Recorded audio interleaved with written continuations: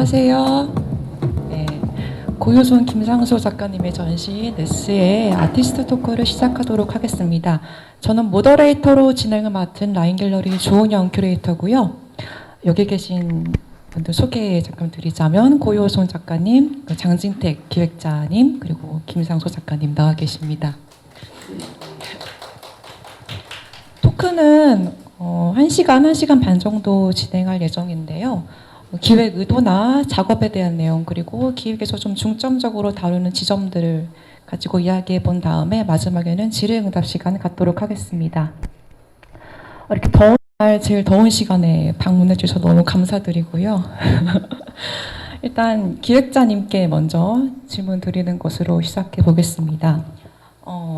전시명이 좀 특이하잖아요. 네스라는 이 전시명과 관련해서 볼 때 기획 의도나 전시를 통해서 관객분들에게 제기하고 싶은 물음 내용들이 있다면 좀 말씀 부탁드리겠습니다.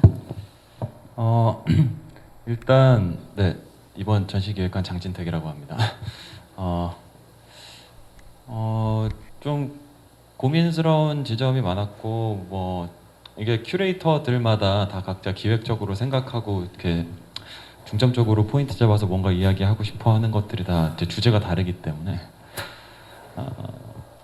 저는 그 가운데서도 이제 좀 뭐 매체라든지 아니면은 전시 자체라든지 혹은 각 매체 활용에 따른 작업의 큰 방향성이라든지 좀 그런 부분들에 관심을 많이 갖고 있는 큐레이터고, 그러다 보니까는 이제 제가 지금 나이가 86년생인데 여기에 있는 작가분들하고 좀 세대 차이가 나요. 그래가지고 제가 보아왔던, 저는 이제 작업을 보는 것 자체를 위에서도 이렇게 안녕하세요. 네. 작업을 본다라고 하는 것 자체가 직업인 사람이다 보니까 좀 짧은 시간 안에 집약적으로 많은 작업들을 보게 될 수밖에 없는 입장에 있고요. 그러다 보니까는 특정한 세대라든지 혹은 특정한 시대 같은 것들을 읽는 것들이 제 주요한 관심사가 자연스럽게 됐던 것 같아요. 그러다 보니까 이제 동시대의 작가들, 특히 이제 뭐 MZ 세대라고 불리우는 90년대 이후생들 작가들의 작업들을 보면서 분명히 그 전에 이제 80년대생들이라든지 혹은 더 그 이전의 세대하고는 확연하게 다른 형태로 작업을 인지하는 어떤 모습들을 제가 관찰할 수가 있었고, 그럼 그 조건들이 뭘까? 아직 그것들을 뭉쳐서 하나의 담론으로 정리하기는 어렵지만 그럼에도 불구하고 그러한 것들을 좀 찾아갈 수 있는 실마리가 되는 작업들을 하는 작가들이 저는 좀 목격을 하는 상황이어서 그 두 작가분이 이제 제 좌우에 계시고요. 그래서 이 고효손과 김상소 작가의 뭐 특히나 이제 둘 다 쓰시는 매체들도 주요하게 쓰시는 매체도 다르기 때문에 그러한 부분에 좀 초점을 맞춰서, 그러면 동시대 사람으로서 뭐 혹은 90년대 이후생들 그 MZ 세대로서 그들의 미술을 형성하는 것에 대해서 가장 주체성을 가지고 말할 수 있는 사람이라고 한다면 그들 자신일 거고요. 여기 계신 만약에 MZ 분들이 계시다면 마찬가지겠죠. 예술가 분들. 그들에게 직접적으로 좀 그러한 부분에 대한 이야기들을 좀 묻고 싶었던 것 같아요. 그러면 너희는 너희의 예술을 뭐라고 생각하니? 혹은 너희는 너희의 예술을 어떻게 형성하고 싶니? 근데 그것을 이제 우리 한국의 교육 시스템 안에서는 아무래도 좀 배움으로 그것들을 해결하거나 아니면은 뭐 네트워크로 해결하려고 할 수도 있고요. 그러다 보면은 결과적으로는 또 이제 그들이 이해할 수 있는 방향을 계속 고려해야 되다 보기 때문에 이제 뭐라 그럴까요? 좀 확실하게 자신의 것을 한다라는 감이 없이 뭔가를 계속 해야 되는 상황들이 생겨버리는 거죠. 그래서 지금의 세대에게 지금의 미술을 구성하는 여러 가지 요건들에 대해서 좀 직관적으로 물어보고 싶은 그러한 입장에서 이 니스라는 전시를 기획했던 것 같습니다. 네. 이 전시에 대한 좀 뒷얘기를 좀 해보려고 하는데요. 전부 신작으로 구성된 작품들이죠. 이 전시를 기획과 실현에서 가장 고심했던 부분이 있는지, 그리고 이 기획 의도를 가지고 어떻게 전시를 실현해 나가게 됐는지 좀 뒷이야기에 대해서 이 세 분 모두 한 분씩 이렇게 말씀 나눠보면 좋을 것 같습니다. 네, 제가 그냥 간단하게 운을 떼고 네, 작가님들한테 마이크를 넘기겠습니다. 일단 저는 크게 한 게 없어요. 네. 그냥 저는 동시대 예술을 이루는 여러 가지 구성 요건에 대해서 이야기하고 싶다만 얘기했고요. 그 다음에 그것을 이야기할 수 있는 역량이 되는 작가를 찾았고요. 그 다음에 전시 공간은 사실은 이제 여기 지금 라인 갤러리 대표님 나와 계시지만 라인 갤러리에서 이걸 제안해 줬기 때문에 그리고 제가 미술관이란다.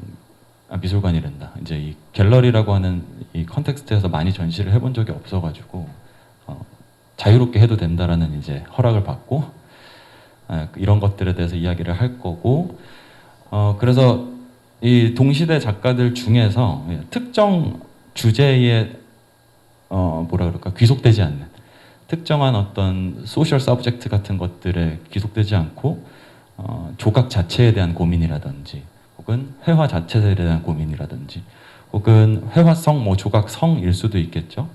네, 그러한 차원에 대한 고민을 할 수 있는 작가분들을 고효선 작가와 김상소 작가로 설정을 했고요. 그 다음에 이들에게 우리가 상업 공간이라고 하는 곳에서 전시를 해야 되기는 하지만 이 상업성이라는 것도 동시대 예술을 결정하는 혹은 동시대 예술의 형태에 영향을 미치는 하나의 요소이기 때문에 그러한 요소들을 어떤 기본 배경으로 감안해서 둘이 그것 자체에 대한 질문을 던지는 형태의 전시를 만들고 싶다까지 얘기했고요. 그래서 이 두 분이 어떠한 조합으로 이 공간을 쓸지는 두 분의 이 지난한 이 상호작용과 의사소통 과정을 통해서 이루어지게 됐습니다. 그 부분에 대해서 조금 얘기를 김상수 작가님 더 해주시면 좋을 것 같습니다. 네, 저는 김상수입니다. 안녕하세요. 그리고 뭐 이제 이어받아서 이제 말씀을 좀 드리자면은 이제 처음에 이제 제안을 주셔서 이제 어떤 기획 의도에 대한 이런 말씀 들으셨던 것과 같은 설명을 듣고 좀 그리고 이제 고효선 작가님은 저도 개인적으로 그냥 관객으로서 어떤 작가로 많이 봤던 분이기도 하고 그런 상황에서 이제 이 둘이서 이런 내용의 전시를 해야 한다고 말씀을 해주셨을 때 이제 저도 이제 나름대로 이게 왜 나랑 이 작가님을 붙여 놓으신 건지에 대해서 이제 생각을 해보게 됐었던 게 딱 말씀해주셨던 부분이었던 것 같아요. 약간 그냥 겉으로만 보면 제가 이제 어쨌든 평면 매체로 대부분 작업을 해왔고 그리고 고효선 작가님은 이제 조각으로 대부분 입체물로 대부분의 작업을 해왔던 입장이라 그냥 봤을 때는 약간 그런 갤러리의 상업성에 관한 평면 담당, 약간 입체 담당처럼 보일 수 있는 지점이 있었는데 근데 또 되게 재밌는 게 얘기를 듣다 보니까 그림은 결국 그 안에 뭐가 그려져 있느냐가 굉장히 중요한 게 뭐 과거로부터도 당연하게 왔지만 제가 들었을 때 좀 이상하다고 느꼈던 게 뭐가 그려져 있는지는 하나도 안 중요한 것처럼 들렸거든요. 제가 뭔가 제안을 주셨던 것들에서는. 그리고 사실 그런 부분이 말씀해 주셨던 것처럼 그거를 저는 그냥 제가 그렇게 하는 거니까 지금 제 세대라고는 말을 못하지만 페인팅을 되게 진지하게 대하면서 작업을 하는데 사실 막상 뭔가 자신이 작업을 하는 그 어떤 전통적으로 좀 중요했던 그림의 스타일이라거나 혹은 그런 것들에 대해서는 크게 개의치 않고 오히려 페인팅을 굉장히 수단으로 여기는 페인터 같은 역할로서 저를 선택하신 것 같은 느낌을 받았었고 그래서 이제 전시를 보시면은 뭐 그렇긴 하지만 일단 어떤 이미지라던가 이런 것들이 굉장히 그냥 흔히 말하는 어떤 스타일로서 되어 있지는 또 않게 의도적으로 되어 있는 부분이 있고 그리고 또 그렇기 때문에 이제 요선 작가님이랑 각 층별로의 좀 컨셉추얼한 부분을 좀 다르게 해서 진행을 가능했던 부분도 있었던 것 같습니다. 약간 제가 어떤 그림의 스타일이라는 것 자체에 크게 집착을 하진 않기 때문에 그런 부분이 있었던 것 같습니다. 같이 했던 거에 대한 얘기는 뭐 좀 추후에 하도록 하고. 의사소통을 두 분이 어떻게 하셨는지 같은 거 얘기해요. 그냥 저는 고효손이라고 하고요. 저도 그 장진택 선생님께서 연락을 주시고 이제 미팅을 했을 때 되게 처음에는 인상 깊었던 말 중에 하나가 오히려 고효손은 조각을 하지 않아도 되고 뭐 김상소는 페인팅을 하지 않아도 될 것 같다. 그리고 그 안에서의 고민들을 각자 나름대로 이제 쌤께서 말씀해주신 부분을 풀어내면 될 거라는 생각이 들어서 근데 그쯤이 이제 제가 조금 오래 쉬면서 이제 고민을 되게 많이 하고 있을 때였는데 평소에 제가 전시장에서 어떤 작업들을 풀어낼 때는 그 고민을 응축하고 어떻게 보면 저 나름의 해결된 상태로서 이렇게 내놓은 것들이 있다면 이번에는 이제 그 고민들을 그대로 표면적으로 다 드러내서 그게 어떤 조각의 형태가 아니어도 조금 풀어진 혹은 어떤 곳에서는 응집된 형태로서 이제 층의 순서대로 조금 풍경을 잡아본 작업을 이번에 해봤고요. 상소 작가는 아무래도 공간 구조상 그 두 명에서 어떤 작업물을 어떤 일정한 가시거리를 두고 제대로서 표현해내기가 그렇게 쉽지는 않았다고 느껴서 상소 작가의 합의 저도 어떻게 하면 그 공간에서 관객들에게 부담스럽지 않게 이 고민들 혹은 이 작업들에 대한 내용을 좀 예쁘게 좀 과하지 않게 전달할 수 있을까가 저도 상소 작가에 맞추면서 좀 큰 고민 중에 하나였는데 만나면서 처음에 뭐 아이디어 스케치를 나눌 때도 그렇고 생각보다 그 서로 고민하고 있고 이제 만들어 나가자 하는 그런 형태적인 부분들이 겹치는 게 처음에 좀 있었어요. 그래서 그런 부분에서 조금 자연스럽게 얘기가 좀 오갔던 게 있는 것 같고 서로 작업에서 좀 저도 그러니까 제가 정해놓은 것들에서 상소 작가의 말을 듣고 조금 디벨롭을 시킨 게 있고 상소 작가도 뭐 그런 부분이 있을 거라고 생각이 들고요. 네, 그래서 그런 의미로 1층부터 3층까지 이렇게 저희끼리 나름 이렇게 다채롭게 분위기도 좀 색다르게 형성을 해보려고 노력을 했던 것 같아요. 특히나 조금 특징적인 부분이라고 하면 저도 이렇게 됐으면 좋겠다고 이제 막연히 기획 단계에서는 좀 상상만 했었던 부분이지 두 분이 전혀 다른 매체를 사용하는 분들이기 때문에 좀 소통을 오히려 쉽게 할 수도 있고 혹은 그것 때문에 이제 아예 안 통할 수도 있겠다. 게다가 이 두 분이 서로 이제 사전에 친한 관계가 전혀 아니었기 때문에 좀 고민스러운 지점이 있었어요. 다만 저는 이제 좀 도망가려면 도망갈 수 있는 기획자니까 네, 어떻게든 되겠지 하고 그냥 던지고 두 분이 이야기들을 많이 따로 저랑 만나지 않았을 때도 이미 얘기를 많이 나누신 걸로 알고 있어요. 그래서 어느 날 저희가 이제 광화문에서 미팅을 한번 했는데 둘이 스케치를 해온 게 되게 비슷한 거예요. 그래서 되겠다 이런 생각을 했었던 기억이 나고 그래서 좀 아무래도 이 좁은 공간이라고 하는 이 라인 갤러리가 이렇게 막 지금 저희도 이렇게 다닥다닥 좀 많이 붙어 있고 가족적으로 이게 얘기를 할 수밖에 없는 상황이지만 이렇게 너르게 쓸 수가 없어요 공간을, 그죠? 그래서 좀 그런 부분들 안에서 그 제약 조건들을 하나의 이제 창작 조건으로 좀 바꿔내면서 이야기를 하게 되는 것도 좀 좋은 과정이었던 것 같습니다. 네, 말씀 잘 들었습니다. 저희 진택 기획자님께서 중간에 상업성이라는 개념을 좀 제시해 주셨는데 이거에 대해서 좀 말씀 깊게 나누기 전에 사실 저희도 마찬가지였거든요. 라인 갤러리가 2020년 8월쯤에 이제 용산으로 이전하게 됐는데 한 3년 동안 저희가 초대하는 식으로 이제 개인전도 해보고 뭐 저희가 맞춰가지고 기획도 해봤지만 약간 좀 권태로운 부분이 없지 않아 있었어요. 그래서 대표님께서 이렇게 기획자를 모시고 전시를 진행하게 된 배경이나 뭐 그런 이야기들을 좀 대표님께 좀 들어보겠습니다. 글쎄요, 일단 좋은 기획과 또 좋은 작품으로 또 좋은 전시를 만들어 주셔서 세 분께 되게 감사드리고요. 그리고 말씀했듯이 이전을 하고 3년쯤 되니까 저희가 갖고 있는 공간에 대한 이해도가 이제 어떤 고정화돼서 그래서 항상 저희가 디스플레이하는 방식이나 또 이렇게 어떻게 보면 뭐 라인스러운 작가들이나 그런 식으로 이제 전시가 진행이 되고 있었는데 나름대로 그냥 3주년을 기념하면서 뭔가 한번 좀 프레시하게 틀을 깨는 게 좋지 않을까. 그래서 이제 이런 기획으로 모시게 됐고요. 그런 점에서는 저희도 되게 그 많은 분들이 또 찾아와 주시고 또 그 전시에 대한 어떤 피드백도 주시고 같이 공감해 주시고 그래서 되게 감사하게 생각하고 있어요. 네, 그리고 사실 전시를 보신 분들이면 아시겠지만 이런 형태가 상업 호랑에서는 좀 보기 힘든 그런 구조잖아요.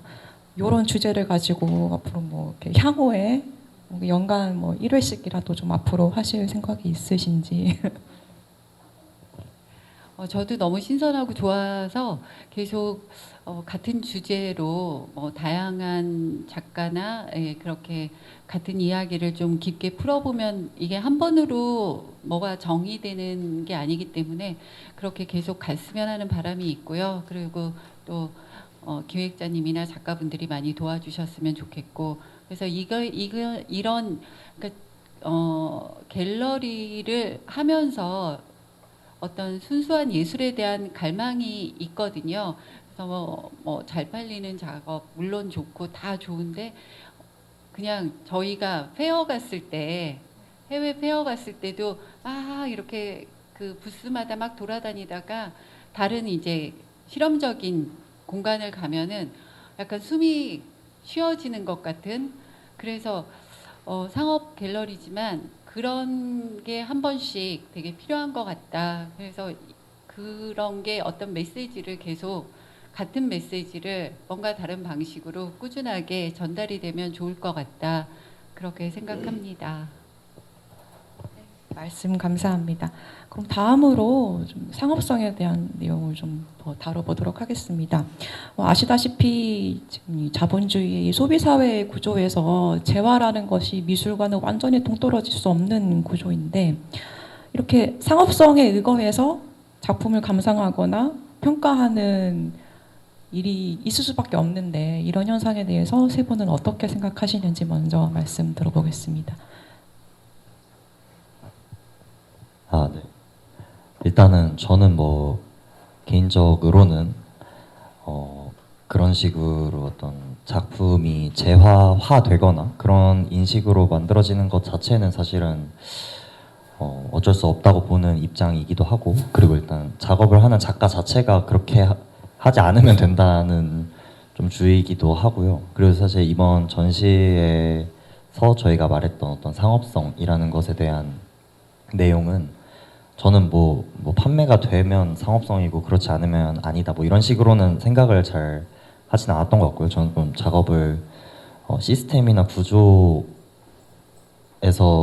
결국에 파생되는 것이라고 보는 경우가 많은데 그래서 그 진택 선생님이 이제 말씀을 해주셨던 그런 부분들에서 기획에서 그런 본인이 생각하는 작가가 생각했을 때 어떤 그런 성질을 만들어내는 그 요소를 키우거나 혹은 없애거나 하는 방식으로 전시를 구성해보자라는 말씀을 해주시기도 했고 그래서 제가 이제 생각을 했었던 게 아까 말씀드렸던 것처럼 저는 사실 어떤 그림의 좀 안타까운 일이라고도 생각하지만 그림이 무엇이냐는 사실 저는 상업성과 무관하다고 보고요.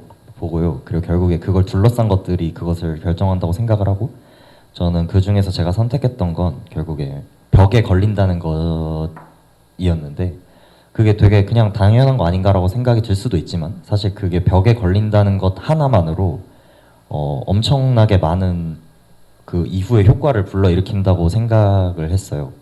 약간 제가 이제 그냥 회의 때 말씀드렸던 말로는 저는 그걸 그 벽의 부동산이라고 생각을 하는데 그런 재화적으로 봤을 때는 결국 우리가 어떤 이만큼의 공간이 있고 그 공간을 무엇으로 점유할 것인가가 사실은 그것의 가치를 만들고 물론 크기도 당연히 그것에 중요한 역할을 미치지만 사실 저희가 똑같은 크기의 땅이라고 해도 어디 있고 거기에 어떤 건물이라고 하면 어떤 건물이 올라가 있고 거기에 뭐가 들어가 있는지가 엄청나게 많은 차이의 가치의 차이를 만들잖아요. 그거랑 그냥 똑같은 개념이라고 생각을 했고 그게 이제 아까 말씀드렸던 진택 선생님이 제가 무슨 그림을 거는지는 사실은 아무 상관이 없어 보인다고 말한 맥락이 같은 맥락이 그래서 이제 지금 보시면 제가 이번에 벽에 거는, 그러니까 평면은 유지했지만 사실은 벽에 거는 작업을 이번에 하지 않은 이유가 이 천장에 설치가 되고, 혹은 물론 이제 그 시트지라는 시트 커팅이라는 방식으로 그것이 벽에 올라가고, 그리고 저기 있는 이 2층에 요손 작가의 조각에 받침이 되거나, 혹은 그냥 그 자체로 양면으로서 이렇게 서 있거나 하는 방식이 사실은 똑같은 평면이고 그 이미지가 다 다르지만, 사실 그 모든 것들의 가장 큰 차이를 주는 건 이게 벽에 결국에 안 걸릴 수 없다는 것, 이게 옮겨질 수 없다는 것이라고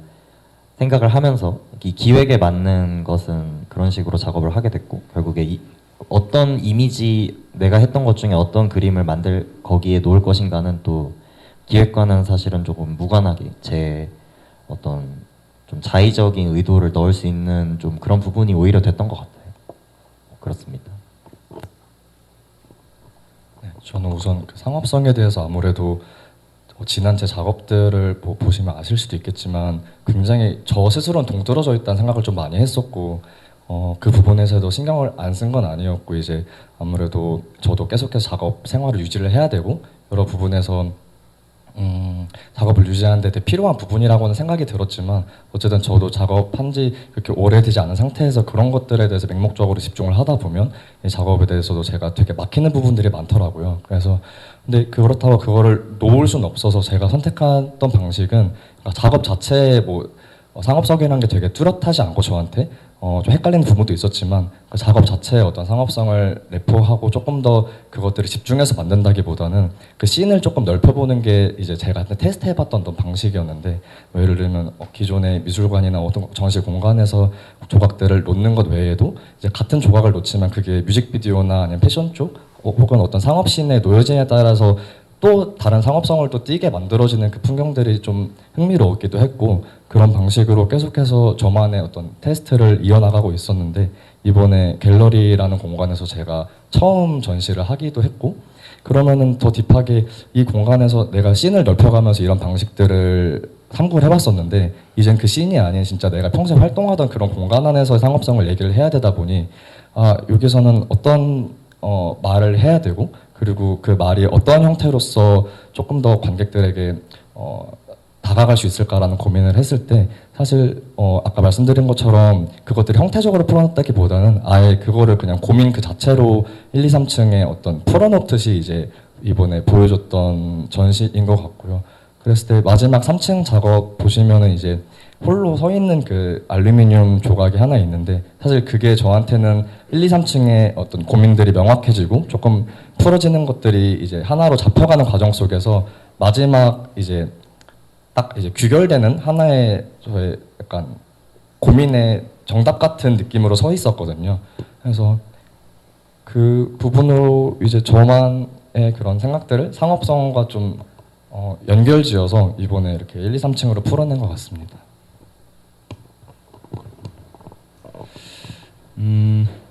이게 오신 분들 다 미술 하시는 분들인가요?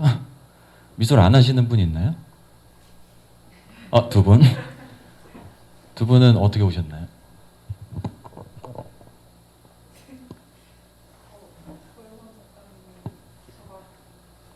요손 작가 인기가 많아요, 그죠? 요손 작가 오늘 얼굴을 또 이렇게 실물을 볼 수 있는 흔치 않은 기회를 통해서 네, 상업성에 대한 얘기를 하다 보니까 여러 가지가 생각이 나는데, 일단 전시로 한정해서 이야기를 하면 가장 중요한 거는 이제 조각이 좌대를 내려왔다라고 하는 점이고요. 두 번째는 그림이 벽을 내려왔다라고 하는 점이라고 볼 수 있을 것 같아요. 이제 말 그대로 근데 조각이 이제 좌대를 내려온 역사는 사실은 좀 길고, 벽을 내려온 그림 같은 경우는 많이는 없는 것 같아요. 개념미술 시대에 몇몇 뭐 다니엘 뷰랭이라든지 이런 형태로 있었던 것 같고, 근데 이제 벽을 내려온다라고 하는 사실이 중요한 것이 아니라 그게 행잉되는 형태가 아니라 인스톨레이션 될 수 있다는 형태, 즉 상손 작가님 작업들을 지금 다 보면 다 프레임이 돼 있거든요. 되게 두꺼운 프레임이 돼 있고 그걸로 인해서 작품이 이제 누울 수도 있고 설 수도 있고 그다음 또 걸리려면 걸릴 수도 있겠죠. 다만 이제 일반적인 형태로 벽에 걸리는 게 아니라 뭐 지금 2층에 설치되어 있는 것처럼 천장에 둥둥 떠 있다든지 그러한 형태로 결국은 상업성이라고 하는 부분들을 어떻게 회피하느냐.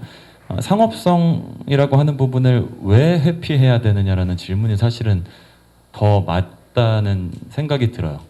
지금 여기 혹시 80년대생 계신가요? 한 분 계시고 나머지는 다 90년대생이신가요? 70년대생은 없어 보이니까.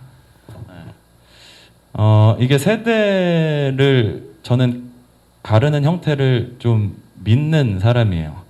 일종의 세대론이라고 하는 부분들을 믿는 사람이기 때문에 그러한 형태들 안에서 이제 저희가 이걸 뭐 그러니까 너와 나로 너무 이게 이분법적으로 우리를 나누는 것 같아서 제가 좀 그렇기는 하지만 제가 이제 뭔가 미술을 처음 시작했을 때는 이른바 이제 신생공간이라고 하는 형태들이 많이 나오면서 즉 상업성이라고 하는 것을 약간 거대한 악처럼 설정했던 시절이었던 것 같아요. 그게 뭐 제가 나이가 엄청 많아서 그렇다는 게 아니라 요즘 시절이 엄청 빨리 변하기 때문에 그죠? 여러분들도 뭐 90년대 초반생들이 여기 계시다면 90년대 후반생들이 여러분들을 그렇게 생각할 수도 있고요. 그죠?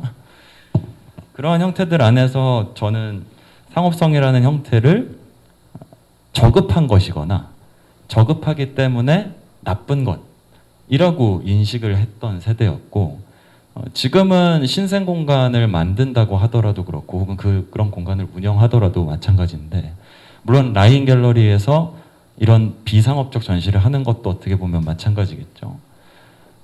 그러니까 뭐인지 별로 상관이 없는 것 같아요. 혹은 당연히 내가 누릴 수 있는 어떤 한 부분으로 작가들은 인식을 하는 것 같아요. 상업성이라고 하는 부분에 대해서요. 다만 그러니까 이런 거죠. 이를테면 이게 녹화가 되고 있어가지고 아무튼 실명을 다 들질 못해서 좀 그런데 아무튼 뭐 프리즈라고 하는 요즘 아주 큰 행사가 있다 보니까 그죠? 여기 여러분들도 가시는 분들도 계실 텐데 이를테면은 그러한 행사들이 들어오면서 이제 상업과 비상업의 경계는 이제 완전하게 무너졌다기보다는 점령당한 것 같고요.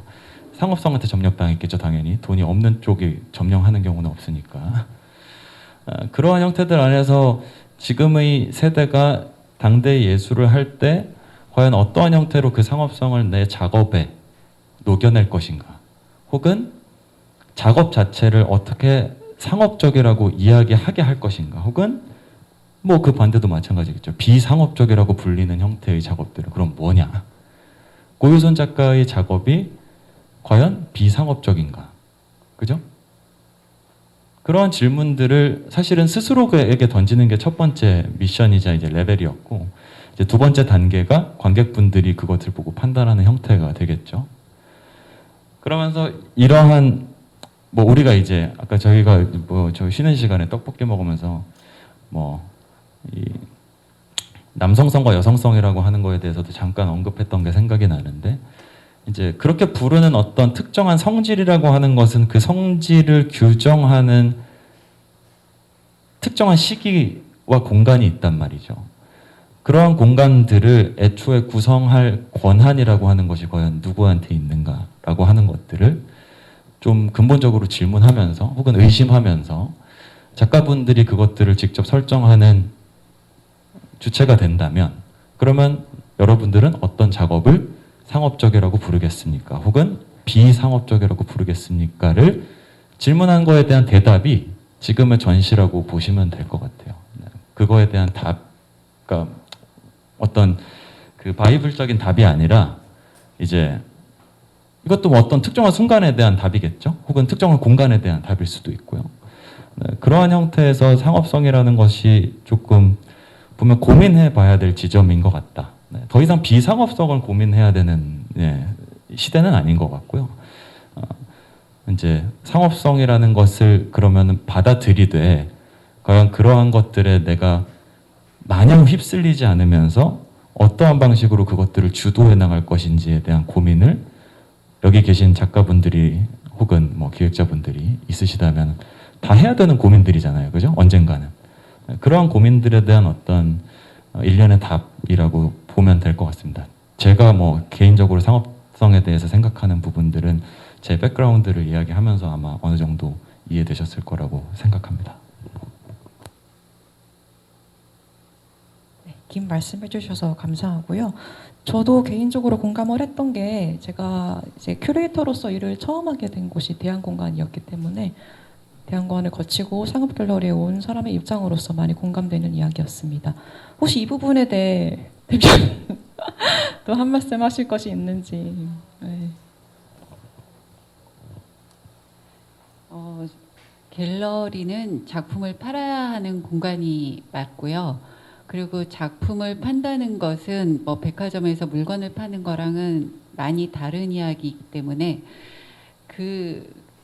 그런데 그 작품을 어떻게 팔아야 하는가도 갤러리가 참 갖고 가야 할 그게 그러니까 라인 갤러리는 작품을 이런 작품을 이렇게 판다. 그게 다른 갤러리와 어떤 차별성을 가져야 할 것 같고 그럴 때 제가 그 작품을 이게 팔릴 것이다 안 팔릴 것이다라고 이제 그 생각을 하는 기준이 있을 거 아니에요. 근데 그 기준은 세월에 따라 많이 변해요. 그리고 그 기준이라는 거는 트렌드로 읽힐 수도 있는 거고 그다음에 이제 그 경제 상황에 따라서 세상이 얼마나 지금 돈이 풀어져 있고 아니면 긴축 상태인가에 따라서 그렇게 항상 유동적인 거기 때문에 어떤 작품이 팔린다, 어떤 작품이 안 팔린다 이거를 그냥 말을 할 수는 없는 것 같아요. 그래서 그냥 제가 생각하는 중요한 기준은 작가가 무엇을 그렸는지가 아니면 얼마나 작품에 녹여냈는지가 그게 관객한테 와닿는가 그 부분이 이제 제일 중요한데 정말 그게 보여요. 그래서 같은 전시 안에서도 이 작품이 좋다 그러면 보시는 분들도 똑같아요. 그래서 그 작품이 먼저 팔려요. 그래서 항상 내가 이거를 팔 거라고 아마 생각 안 하실 거예요. 작업하실 때 작가분들이. 근데 내가 이거를 팔 거를 생각하기 전에 이게 내 작품에서 어떠한 위치에 있고 어떠한 가치가 있고 근데 이게 보는 관객한테 얼마나 매력적이게 보이는가 그 부분을 좀 생각하면은 그러면 그게 상업적인 거라고 저는 생각해요. 상업적이라는 거는 내가 갖고 싶어야 되는 거거든요. 그래서 이게 똑같이 잘 그린 그림이야. 예뻐. 아니면은 뭐 기괴해. 그치만 갖고 싶다는 다른 얘기거든요. 좋다와 갖고 싶다는 다른 얘기인데 그 한 끗 차이가 상업적인 어떤 그 가치를 발견하게 하는 게 아닌가. 그리고 예전에는 전부 다 예쁜 그림 좋아했잖아요. 집에 걸어놓고 사람 얼굴은 뭐 미신적으로 남의 얼굴 집에 거는 거 아니야. 뭐 그다음에 뭐 해바라기 금색 뭐 재화가 들어와 뭐 이런 것들이 참 한국 사회에 만연했었는데 아까 말씀하신 프리즈라는 걸 계기로 아니면 외국 갤러리들이 또 서울에 많이 들어오면서 참 작품의 그 보는 것과 집에 거는 것에 대한 다양성이 커진 것 같아요. 그래서 그냥 우리 사회가 이거는 안 돼, 이런 건 안 팔려, 이런 거 그냥 생각하지 말고 내가 하는 그림, 내가 하는 작업 이게 관객이 있어야 예술의 가치가 있는 거잖아요. 그러니까 그 관객들한테 아니 컬렉터들한테 얼마나 매력적으로 갖고 싶게 만드는가 그거를 상업적인 얘기를 그냥 정리하려고 합니다. 한마디만 붙여서 얘기를 하면 이게 사실은 다 같이 고민을 해야 되는 문제란 말이에요. 이게 갤러리라는 사이드도 그렇고 정말 제가 올해 본의 아니게 갤러리랑 전시를 한 3개 정도를 기획전을 하게 되는 지금 상황인데 문제는 그거예요. 아까 대표님이 말씀하신 것처럼 갤러리에 대한 상업적 목적은 너무 당연하고 클리어한 부분인 건데 다만 문제는 거기에서 팔리는 형태에 대한 조건들을 너무 정해놔요. 왜냐하면 미감이 똑같을 수 없잖아요. 지금 나이가 70, 60 먹은 어떤 대형 작가분이 이를테면 있다고 하면 그분이 뭔가 아름답다고 생각할 때랑 지금 여기 있는 요손 작가나 지금 상소 작가님이 아름답다고 생각하는 거는 그러니까 같으면은 그건 이상한 사회겠죠, 그죠? 그렇다고 한다면 작가들은 어찌됐건 간에 자기가 원하는 걸 만들 미적 권리가 있단 말이에요, 그죠? 그렇다면 이러한 것들을 자유롭게 뭔가 이야기하면서 물론 그렇다고 해가지고 그것이 어떤 사회적인 윤리나 큰 어떤 뭐라 그럴까 좀 상식적인 범주를 벗어나는 형태라면 당연히 그것까지 포괄해줄 이유가 없겠지만 지금의 작가들에 맞는 세일즈 형태도 더 디벨롭이 돼야 된단 말이죠. 원래 팔리는 것만 팔면은 그게 갤러리라고 하는 것 혹은 상업성이라고 하는 것 아무 발전의 여지가 없잖아요. 지금 프리즈 얘기도 하셨지만 프리즈 얘기 제가 꺼냈네요. 아무튼 이 프리즈에서 팔리는 작가라는 것도 사실은 너무 한정적이에요. 다 들여다보면 팔리는 사람은 팔린단 말이에요. 그냥 직구를 좀 더 편하게 하는 거랑 비슷해요. 요즘은 다 직접 매매를 하니까. 그렇다면 이제 이게 상업신, 즉 한국 이 미술 시장에 뭔가 어떤 뭐라 그럴까 좀 이 자원적인 동력으로서 잘 작동할 수 있게 작가들한테까지 그 재원이 흘러가느냐?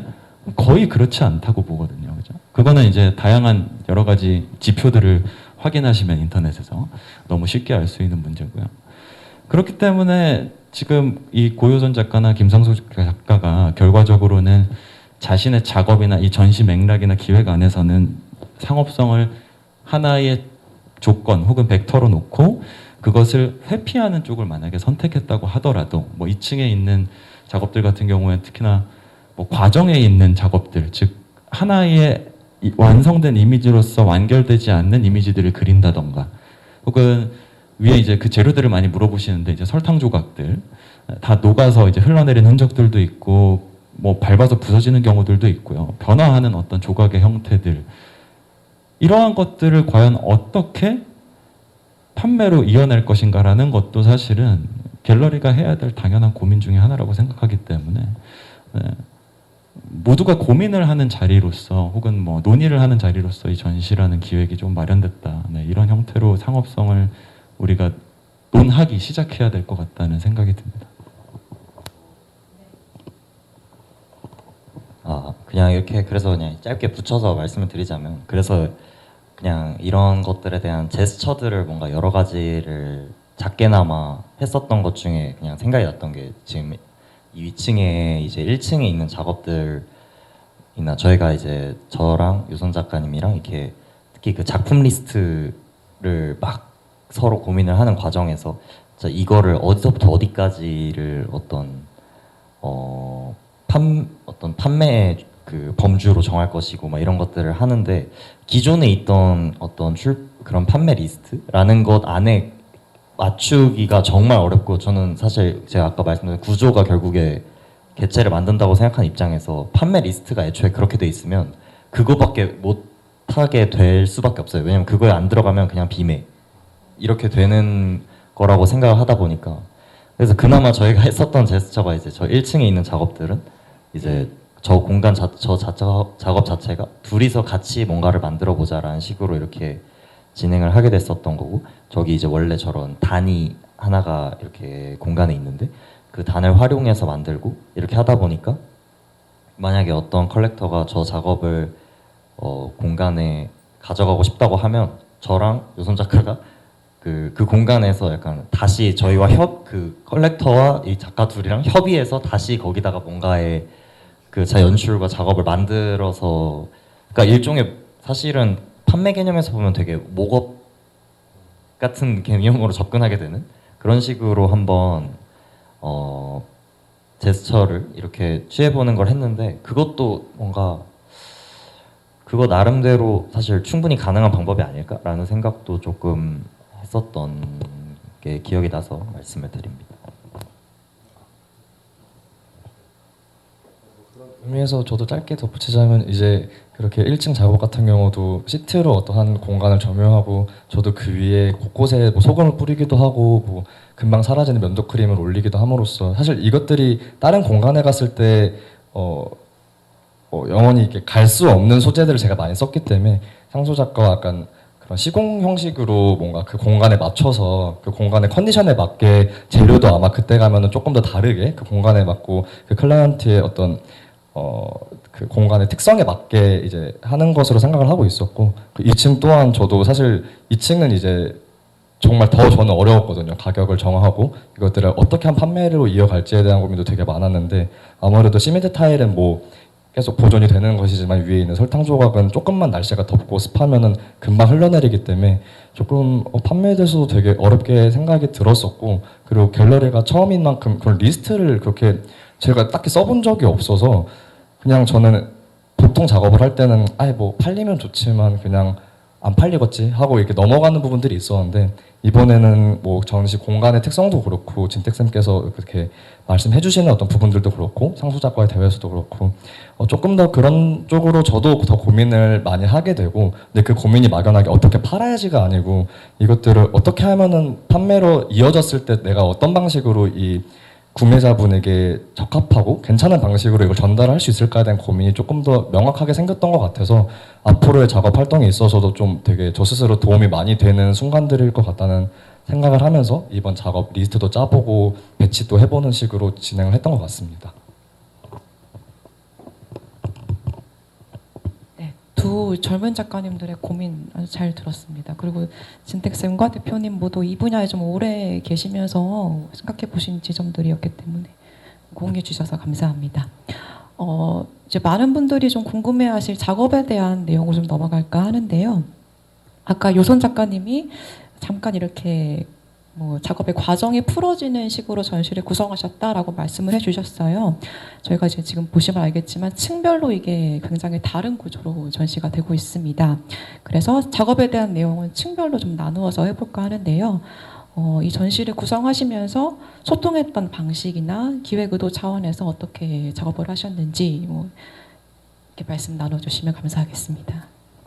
우선 이 라인에서 하기 전에도 다른 공간의 좀 특성을 살려서 작업을 배치를 하기도 하고, 뭐 공간에 소외된 부분이 있다면 그 부분에 보충하여 작업을 하는 것들을 되게 재미있어 했었고, 그리고 창이 있다면 뭐 창을 연결시켜서 한다든지 그런 공간의 특성을 조금 작업과 조금 연결이 되게 말을 붙이는 걸 되게 재미있어 했었는데, 이번 라인은 제가 했던 공간 중에서도 그 공간적 특징이 되게 셌던 공간이고, 그 전시를 보는 관람 순서가 필연적으로 이제 올라가야 되는 공간으로 되어 있다 보니까 그 순서를 좀 작업이랑 연결을 저는 개인적으로 시키고 싶어서 제 고민이 이제 3층으로 올라갈수록 좀 더 뭐 명확해진다고 표현을 하긴 좀 그렇지만 좀 더 응집된 형태로 이제 3층에 갈수록 이제 풍경이 좁아지면서 그 작업들이 드러나게 되는데요. 1층 같은 경우는 이제 그 자연이 이제 인공물을 점유하는 방식을 제 작업이 갤러리 혹은 미술 공간을 점유하고, 그리고 그것들을 어떻게 하면 어디까지 작업이라고 부를 수 있고 그 관객들은 어디까지 작업으로서 설득을 시킬 수 있을지에 대한 고민이 이제 1층에선 되게 바다라고 표현을 하면서 크게 난잡하게 진짜 설치 형식으로 풀어낸 층이 있는데요. 그 상수 작가의 그림이 이제 제 판의 어떤 지지대가 되기도 하고, 혹은 양면으로 그렸기 때문에 그 지지대가 된 어떤 그림은 앞뒤가 모두가 확인이 가능하고, 이제 아예 뒷면을 폐쇄해버린 그것도 있었고, 이제 밖에 나가야지만 뒷면을 볼 수 있는 그런 그림 방식을 이번에 설치를 하면서 진행을 하게 됐는데, 그것 또한 제가 작업을 위에 뿌려진 어디까지 이것들을 작업으로서 내가 관객들을 설명할 수 있고 관객들이 이해하고 받아들일 수 있을지에 대한 고민을 이제 그림에도 같이 좀 접목시키면서 풀어봤던 층이고요. 2층은 그거보다 조금 더 명확해진 이제 좀 이제 어디론가 가는 길로서 표현을 해봤는데, 그 시멘트 타일이나 이런 것처럼 1층보다 조금 더 단단하고 좀 더 하나의 낱개로서 볼 수 있는 것들이 생겼지만, 이제 그럼에도 설탕 조각처럼 계속 흘러내리고 이게 액체화되면서 조각이 개수가 되게 불분명해지는 그런 작업이 2층에서는 펼쳐졌었고, 3층에서 이제 누군가의 집 앞으로 간다는 이제 풍경이 굉장히 좁아진 어떤 상황을 제가 설정을 했었는데, 그러면서 누군가의 집 앞에 걸린 철장 안에 걸려진 작업들과, 그리고 그러면서 동시에 1층과는 분명히 다르게 물성도 되게 단단해지고 형태적으로도 좀 더 명확해지는 이제 구성으로 이제 작업을 했었던 것 같습니다. 네. 네. 그래서 저는 이제 또 요선 작가가 이렇게 3층 방식으로 명확하게 점점 가는 방식을 했는데 이게 사실 서로 이렇게 되게 막 많이 맞추진 않았거든요. 작업을 할 때. 오히려 그냥 그 아까 진택 쌤이 말씀해 주셨던 것처럼 그냥 둘이 서로 알아서 그냥 생각을 해서 왔는데 형태가 특히 2층의 형태가 저런 위아래로 이렇게 되는 이 타일의 형태가 되는 게 딱 그런 상황이었는데 저는 오히려 좀 생각했던 거는 이제 1층에는 보시면 저는 사실 1층에는 별로 한 게 없거든요. 그냥 이제 오히려 조금 더 내가 배경의 역할을 해주고 저는 이제 그림을 그리는 입장이긴 하지만 그림의 한계에 대해서 사실 명확하게 생각을 하고 딱히 극복할 생각도 없고 약간 그거가 어차피 극복이 안 되고 그냥 극복의 제스처를 취하는 거는 별로 저의 취향은 또 아닌 것 같고 그래서 그 이외의 것들을 가지고 뭔가를 하는 걸 좋아하다 보니까 좀 그런 마음이 있어요. 약간 그림은 어쨌든 현실의 또 역사적으로도 현실의 그림자였고 조각이라는 매체로서 대표하는 사람과 함께 뭔가를 하려면 결국에 뭔가 그 조각의 그림자가 좋은 그림자가 그것을 더 오히려 그 조각을 볼 때는 결국에 뒷면을 볼 수가 없잖아요. 사실은 그 뒷면을 오히려 잘 보여줄 수 있는 배경으로서 기능해야 한다라는 생각이 있었어가지고 그래서 오히려 1층에는 그렇게 약간 요손 작가의 배경으로서 작용할 수 있도록 그 단에 제가 작업했던 시트 작업을 매핑을 하고 그리고 제 작은 피스들을 그냥 요손 작가한테 저기 있는 다른 어떤 재료들을 쓰는 것처럼 그냥 마음대로 써도 상관이 없다는 마음으로 이렇게 주고 2층에 이제 조금 더 저도 제가 조금 더 동등한 형태로 만들어야겠다는 생각을 해서 그렇게 작업을 했고 그리고 실제로 사실 제가 이번 전시하면서 좀 제가 어떤 그리는 행위로서 작업이 들어간 게 거의 없어요. 왜냐면 저기 2층에 있는 작업들도 하얀색의 큰 작업은 제가 뭔가를 그리기 이전에 백그라운드를 만들었던 그냥 정말 그 상태 아직 뭐 그리기 전인 상태인 것이 있고 그리고 그 어떤 색이 들어간 그거는 제가 그 다른 그림을 그렸던 팔레트들로 만들어진 피스인데 그런 것이 있고 그리고 이제 여기서 지금 여기 사용되어 있는 시트 작업들이 다 제가 예전에 개인전 때 다른 맥락으로서 사용되었던 그 시트지를 다시 떼서 그대로 다시 사용한 그런 상황인데 그러니까 그것들이 이제 결국에는 어떤 단계를 의미하도록 만들었고 그리고 제가 작업을 할 때 아까 말씀드렸던 것처럼 이미지가 사실 저에게 크게 중요한 작업이 아니다 보니까 오히려 그 이미지들은 어떤 역할로서만 사용하게 되니까 지금 여기 1, 2, 3층에 다 사용된 시트 작업들도 결국에 어떤 커다란 그림의 부분이었는데 그것이 다른 곳으로 와서 전혀 다른 맥락으로 있지만 그것이 사실은 전혀 문제되어 보이지 않고 오히려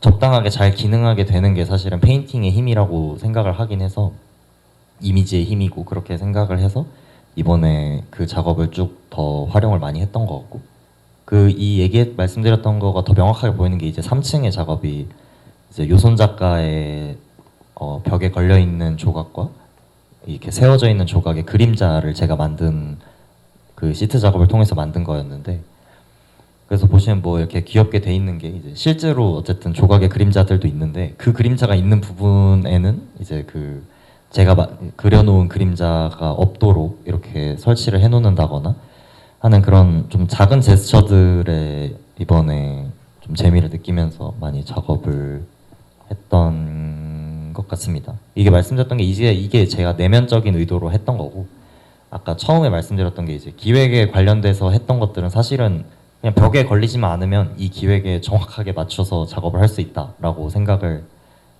하고 그 다음 단계로 이제 이런 것들을 같이 설정을 하면서 작업을 했던 것 같습니다.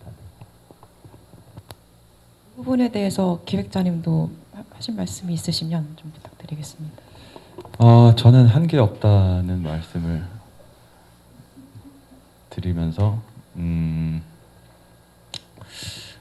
네, 뭐 굳이 그러니까 저도 어떻게 보면 되게 뭐 이 기획을 했다, 뭐 주도적으로 제가 이 기획자다인 것도 뭐 사실이긴 하지만 뭐 언제나 전시라는 거에 있어서 주연은 다 작가들과 작품들이기 때문에 제가 한 게 없다라는 게 뭐 상대적으로는 맞는 말이고요.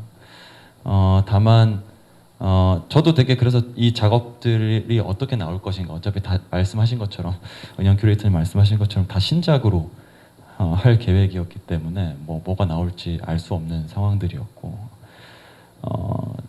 운이 좋게도 말 그대로 이렇게 몇몇 고리들이 맞물려 들어가면서 이 기획이 잘 실행됐다 혹은 잘 구현됐다 라는 느낌 정도는 받았던 것 같고요. 제가 뭐 좀 신경을 쓰고 숟가락을 얹은 거는 이제 이 작가님들이 생각해 오신 부분들에 대해서 순서 정도를 설정하는 거였던 것 같아요. 뭐 들어와서 1층을 본다, 그 다음 2층으로 올라가고 3층 보고 지하로 내려온다. 네, 이 정도의 동선을 설정했고, 그러한 동선들 가운데서 작가님들의 작업이 스스로 뭐라 그럴까요? 좀 스스로들을 분리시키는 형태들로 서 있기도 하고, 또 다 같이 목소리를 내기도 하고, 굉장히 그 어떤 오케스트라의 형태처럼 잘 균형이 잡혔다라는 생각이 들었고, 그 균형이 잡혔다는 이제 말 그대로 다 보고 나서의 평가인 거고, 그 균형을 맞춰가는 모습을 보는 게 되게 좀 행복한 일이었던 것 같고요. 그러한 과정들 속에서 특히 이 갤러리의 뭐 어쩔 수 없는 중의 주인공이라고 하면 그건 회화일 거고, 평면 작업이겠죠. 그리고 그 평면 작업을 하는 이제 화가들일 텐데, 생각보다 이 점유율을 보면 이제 요선 작가님의 작업 점유율이 사실은 훨씬 더 크고, 그리고 그게 되게 큰 중심을 잡는 역할을 하고요. 상소 작가님 같은 경우는 그 작업들이 어떻게 올바로 설 수 있을지를, 물론 1층 같은 경우는 물리적으로 어떤 판을 지지해주기도 하지만 전체적으로 전시의 부족한 부분들을, 기획을 실현하기 위한 어떤 역할들을 되게 헌신적으로 해주는 작업들을 이번에 하셨거든요.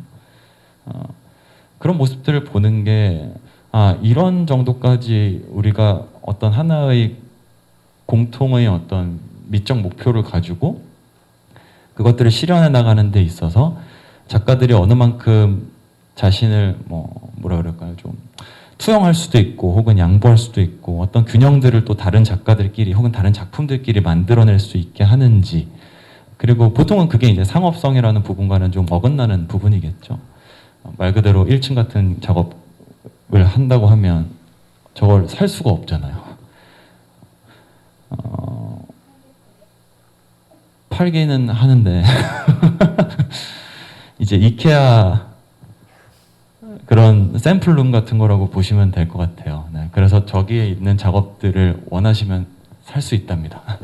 네, 그래서 그렇게 작업을 사실 수도 있을 것 같은데, 아무튼 이 보통의 경우와 비교했을 때는 분명 그런 부분들을 조금씩 어긋나게 하는 지점들, 그러면서도 이 두 분이 같이 어떤 특정한 균형을 맞춰야 된다는 건 사실은 쉬운 작업은 아니에요. 아마 작가님들 여기 대부분이실 테지만, 특히나 회화 작가들은 혼자 작업하는 경우들이 거의 대부분이기 때문에 뭐라 그럴까, 좀 마음이 작다 그래야 되나?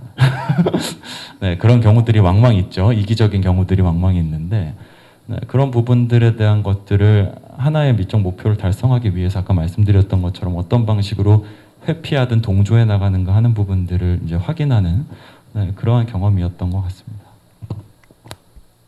네, 말씀 감사합니다. 토크 중간중간에 예를 들면 뭐 프레임 안에 갇힌 회화의 한계라든지 어떤 입체에 기생하는 그런 회화의 측면이라든지 그 회화 입체의 받침이 되는 회화, 또 이런 얘기가 종종 나왔었는데, 두 분은 그러면 이 회화와 조각 입체라는 개념에 대해서 어떤 식으로 전시 준비하시면서 말씀 나누셨는지 좀 들어볼 수 있을까요? 저는 일단 제가 말하는 거는 이제 회화가 이렇다, 조각이 이렇다라고 말할 수 있는 부분은 당연히 아니고요. 그냥 제가 그렇게 생각하는 부분에 대해서 말씀을 드리는 건데,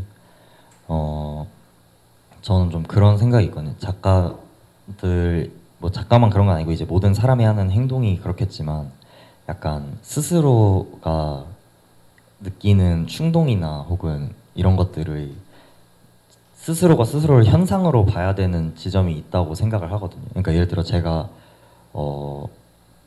작업을 하면서 여러 가지 선택이 있잖아요. 그러니까 이렇게 그리고 싶고 혹은 이렇게 이런 스타일로 페인팅을 해보고 싶다는 마음이 들 수도 있는데, 그러지 않고 왜 나는 뭔가 이렇게, 이게 좀 페인팅 하시는 분이 있다면 좀 죄송하지만 저는 좀 약간 스타일에 대한 반감이라는 게 되게 많이 있었던 사람이고, 그러니까 그게 되게 이해가 어려웠던 지점이 있었어요. 예를 들어서 어떤 방법으로 어떤 재료로 정확하게 증량해서 어떻게 그리면 어떤 그림이 나오고, 사실 그것을 물론 작가는 당연히 알아볼 수 있고 그것의 숙련도의 차이가 있겠지만 그 그림을 다 그릴 수 있다고 생각하거든요, 결국에.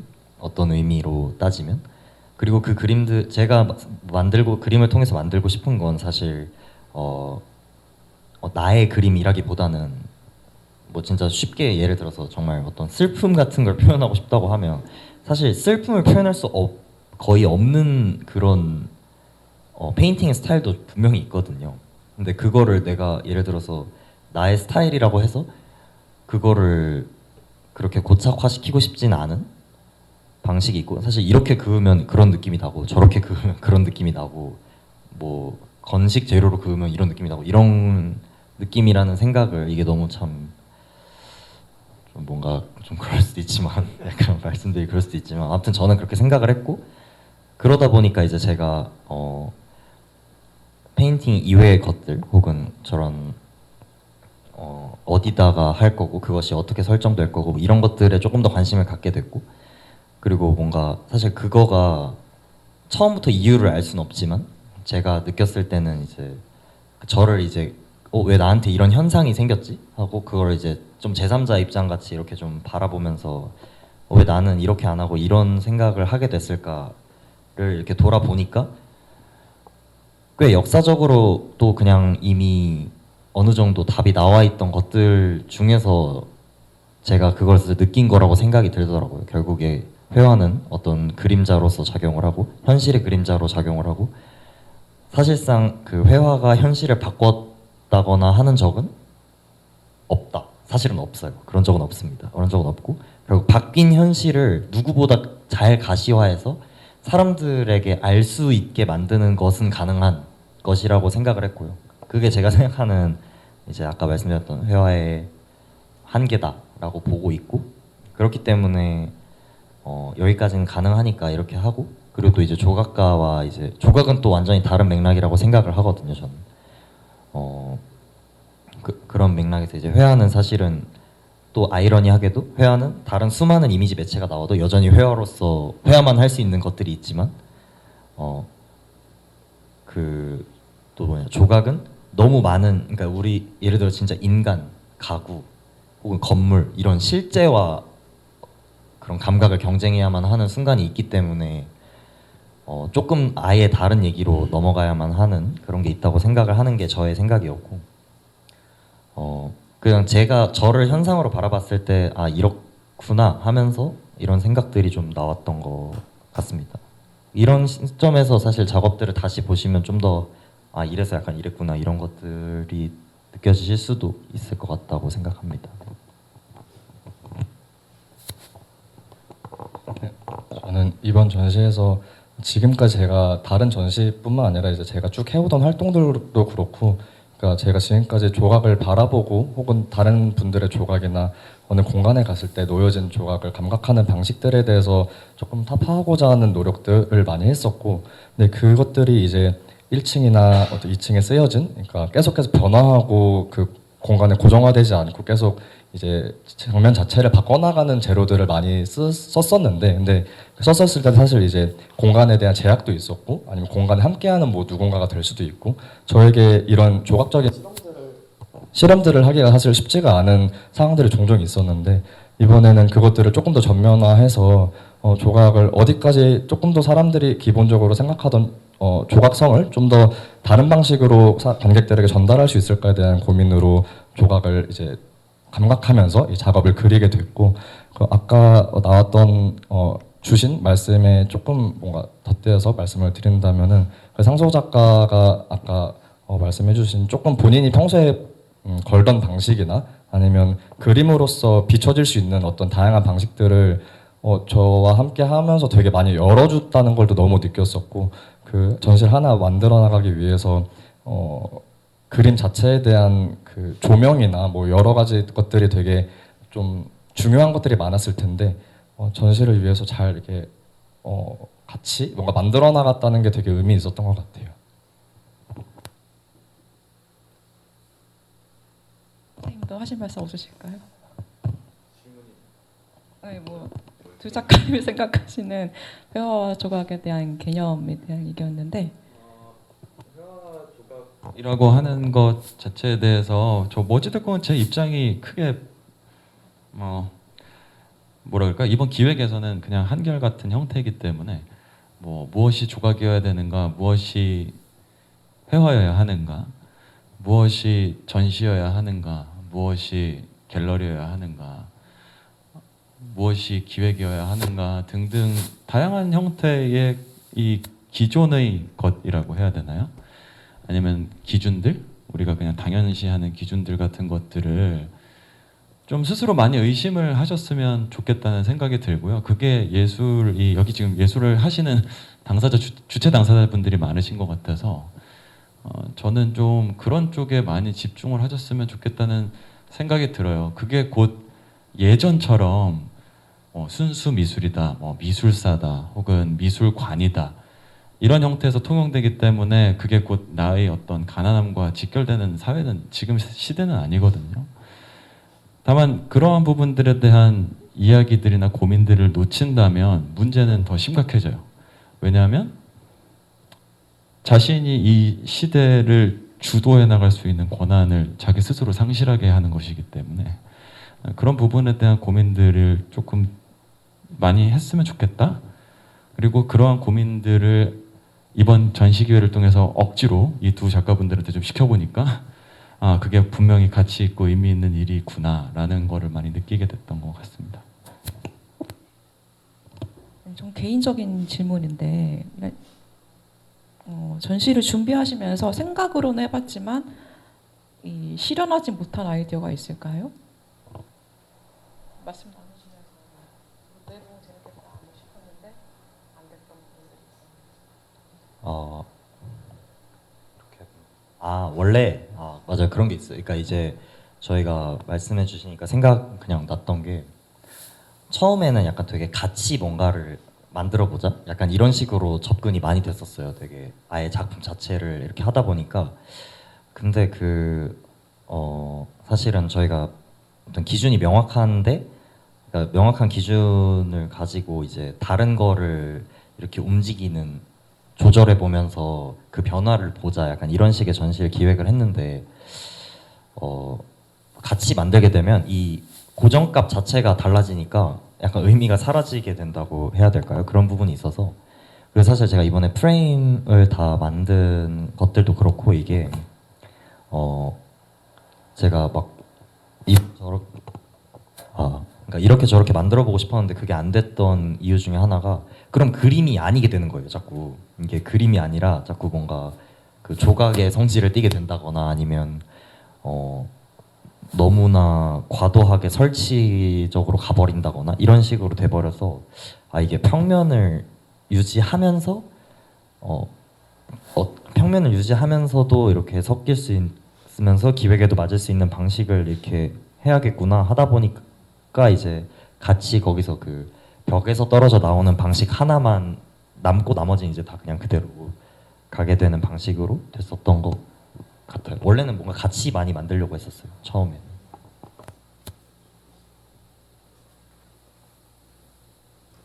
저는 오히려 그 다른 공간에서 더 사실 실현하고 싶었던 것들을 조금 이렇게 움츠러들고, 아니면 약간 그 공간의 특성이나 이제 거기에 계신 관리해 주실 수 있는 분들에 맞춰서 그런 것들을 설정하느라 오히려 다른 공간에서의 조금 양보가 있었다면은 이번엔 사실 그냥 하고 싶은 거 다 하고 실현하고 싶은 거 다 했어서, 그래서 예를 들면 안개 발생기도 그렇고 그 배터리가 닿으면 없어지는 조명도 그렇고 여기 계속 계셔 주신 분이 있어야지만, 그리고 그것들을 좀 잘 컨트롤 해줄 수 있는 분이 계셔야지만 이제 작업이 작동이 되는 상황이었어서, 근데 그걸 은영 쌤께서 너무 충분히 이제 되게 믿음을 주셔갖고 잘해 주실 거라는, 그래서 오히려 다른 공간보다도 저는 더 즐겁게 실현할 수 있는 것들을 되게 과감하게 펼쳐질 수 있었던 장인 것 같아서 저는 개인적으로 되게 이번에 좀 하고 싶은 거 다 했던 것 같습니다. 저는 네, 뭐 하고 싶은 게 딱히 있었지 않았기 때문에 그냥 지켜보는 입장이었고, 요 지금 있는 공간에 지금 지하 공간이 마지막 이 전시 관람 장소였어요. 그 이유는 이제 여기 뒤에 있는 이 오실로스코프와 뭐 등등의 작업, 사운드 작업, 지금 그걸 해준 이제 이 크레딧은 JJ 보이스 클럽이라고 들어가 있는데, 이제 지금 작업 활동하고 있는 장진수 작가가 이거를 만들었는데 이 언급만 하면 될 것 같아요. 그 이제 이게 작가님들의 작업을, 요즘 작업을 인식하는 다양한 방식 중에서 제가 되게 재밌게 들었던 한 가지 일화가 있는데, 어떤 모 작가님이었어요. 근데 그 작가님이 전시라는 걸 연 지 되게 오랜만이셨던 거예요. 몇 년 동안 전시를 안 여셨던 거예요. 근데 그 작가님의 작품의 이미지가 너무 유명한 거예요. 그래서 그게 구글에 맨날 돌아다니고 알고리즘이 그것들을 계속 보여주니까 어떤 분이 이제 이 작가님이 오랜만에 전시여서 가지고 그걸 만났는데, 저 작가님 작품 너무 많이 봤어요. 근데 한국에서 전시를 한 적이 최근에 한 번도 없는데 그 작품을 봤다고 착각을 하는 거예요. 그래서 그러한 이야기를 들었던 게 좀 생각이 나서 작품을 인식하는 게, 옛날엔 그랬어요. 왜 갤러리 가면 아니 라떼는 아닌데 아무튼 특히나 페인팅 같은 경우에 도판이 더 좋냐 아니면 뭐 실제 작품이 더 좋냐, 이런 부분에 있어서 되게 많은 이야기들이 있었고, 특히나 요손 작가님처럼 좀 움직이는 형태의, 무빙이 들어간 형태의 설치가 잘 없었기 때문에, 뭐 몇몇 키네틱 작가를 제외하면 그거 자체로서 그냥 어떤 하나의 이 이미지로서 뭔가 완결되는 형태가 있었는데, 요즘은 이제 그 인식의 방식이 되게 과정적이기도 하고 다양한 매체를 활용해서 우리가 작품들을 받아들이다 보니까, 혹은 관람하다 보니까 그런 부분에 대해서 조금 작가님들의 작업이 인식될 수 있는 폭을 조금 넓혀주는 게 맞다고 생각이 들었고, 그래서 작가님들의 작업의 이미지를 따서 그 이미지를 데이터화하고 그것을 이제 오디오 비주얼화해서 이제 따로 좀 파생적인 작업들을 만드는 형태를 장진수 작가가 맡아줬고요. 뭐 전시를 아마 곧 토크가 곧 끝날 것 같은데 이제 보실 시간이 조금 있으실 거예요. 그때 이제 음악이랑 이런 것들 나오니까 한번 보시면 좋을 것 같습니다. 잠깐 여담을 하자면, 두 분 작가님께서 8월에 또 페리지 갤러리에서 같이 3인전을 하시잖아요. 조금 앞으로 계획 중이신 작업이나 뭐 진택쌤 같은 경우는 큐레이팅에 있어서 이번 전시가 어떤 지점에 있고 앞으로 어떻게 또 발전해 나갈 수 있을지 그 부분을 좀 해보면 좋을 것 같은데요.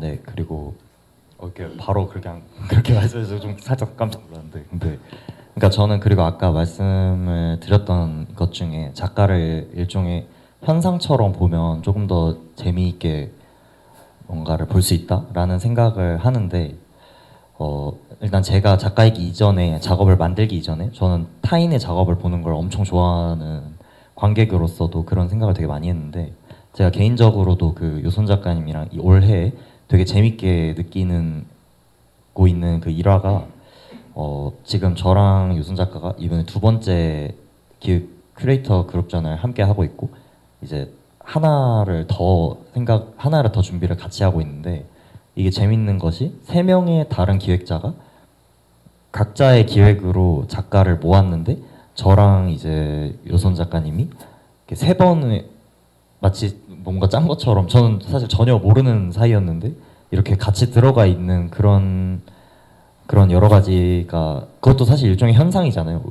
그게 되게 저를 왜 이 두 사람이 전시의 기획으로서 묶일 수 있는 건지 사실 그냥 봤을 때는 잘 모르겠어요. 저도 잘 몰랐었고 그러면서 이제 왜 그럴까를 생각해 보다가 이제 좀 재미를 찾게 되는 그런 부분들이 좀 있었는데 그게 이제 그리고 또 그 여러 자꾸 말하다 보니까 약간 홍보할 것 같이 돼가지고 말을 못 하겠는데 하여튼 그러니까 하여튼 그래서 좀 그런 관점에서도 뭔가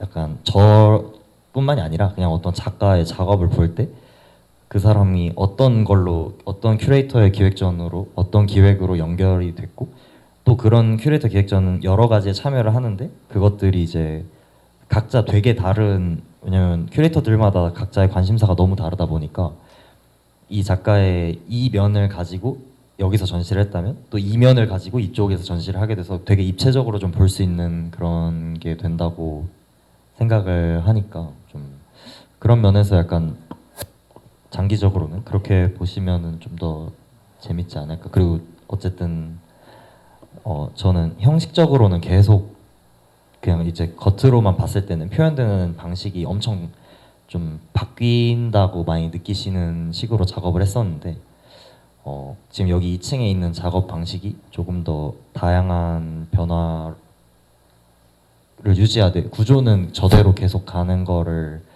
좀 생각을 하고 있어서 그렇게 뭐 보시면 좋지 않을까. 네, 뭐 그렇습니다. 하여튼. 네, 저도 상수 작가가 말해준 것처럼 이번에 3번이 겹치게 되면서 그 합이 그러니까 왜 그렇게 연결이 되는지 궁금했었는데 이번 전시하면서 상수 작가와 합을 맞춰보면서 그냥 그 표면적인 이유 말고더라도 이제 왜 우리를 붙여놨는지 그리고 우리가 붙여놨을 때 생각보다 그 합이 저는 되게 좋다고 생각했거든요. 그래서 그런 점에 있어서 사실 8월의 전시도 좀 기대가 되는 부분이 있고 8월이 또 하필 이제 뭐 이야기나 이런 내러티브에 대한 어떤 상황을 얘기하는 전시다 보니 저도 이제 8월에도 극을 꾸리게 돼서 극 안에 이제 상소 작가의 그림이 어떤 한 장면이 되기도 하고 그 재생성을 계속 이제 그림 안에 주는 시도 혹은 순간들이 있을 거라 아마 이거를 이렇게 전시를 보시고 8월도 이렇게 와서 봐주시면 아마 좀 재밌게 조금 다른 결로 또 저희 두 작가를 해석해 볼 수도 있고 작업들을 감각할 수 있는 8월이 되지 않을까 생각합니다. 전시 보러 오세요. 원래 좋은 작업하는 사람들이 바빠지고 그런 거죠 뭐. 그래서 저 역시도 이 두 작가님을 모으게 된 어떤 능력 있는 큐레이팅을 했다는 사실에 되게 뿌듯하고요. 그 3번의 기회 중에 제가 유일하게 이 2명만 모았다. 죄송합니다. 아무튼 저는 전시를 잘 안 해요. 이름을 큐레이터라고 뭐 직함을 쓰기는 하는데 요즘 독립 큐레이터라는 말도 뭐 직장 없으면 독립 큐레이터라고 하더라고요. 그래서 네, 뭐 그렇게 살고 있고 이번 전시도 물론 개인전 형태의 기획을 몇 번 하기는 했지만 이제 이런 식으로 좀 그룹전으로서 제가 제 기획을 조금 했다라고 좀 강하게 주장할 수 있는 기획은 제가 지금 한 2년 만이에요. 그래서 또 2년 동안은 아무 소식이 없을 것 같고 네, 그 전시라는 것들을 결과적으로 만드는 형태에 대해서 좀 작가의 단에서도 그렇고 기획의 단에서도 그렇고 이 공간 그 기관의 단에서도 그렇고 좀 많은 고민과 시도가 있었으면 좋겠다는 생각을 하고 좀 그런 것들에 대한 좋은 예시로서 이번 전시가 꼽히면 참 좋겠지만 그렇지 않다고 하더라도 그런 것들을 조금 생각하게 할 수 있는 계기 정도로만이라도 좀 작동한다고 한다면 저는 뭐 올해 소기의 목적과 성과를 다 이룬 것 같습니다. 네, 그래서 그런 부분들에 맞춰서 좀 두려움 없이 많은 대화가 뭐 저희 코로나도 있었고 뭐 등등 여러 가지 사건들이 문화예술계에 있다 보니까 이 대화와 소통이 참 쉽지가 않아지는 것 같아요. 큐레이터들도 굉장히 소극적으로 소통하는 것 같고 뭐 작가들은 더더욱 그런 것 같고요. 그래서 좀 그런 문화들이 많이 개선되는 형태가 이번 전시들을 통해서 또 이런 식의 소통을 했을 때 또 다른 변화가 있을 수 있구나, 이런 부분들이 조금 많이 이야기가 됐으면 하는 바람입니다. 네. 올해 너무 즐거웠던 것 같습니다. 두 분 때문에. 네, 감사합니다. 전시가 사실 조금 친절하지는 않고 낯설기 때문에 토크를 통해서 이해하시는 데 도움이 됐으면 하고요. 그리고 작가님 작업들도 앞으로 좀 기대할 수 있는 계기가 된 것 같습니다. 혹시 궁금한 점이 있으시면 자유롭게 말씀 부탁드리겠습니다.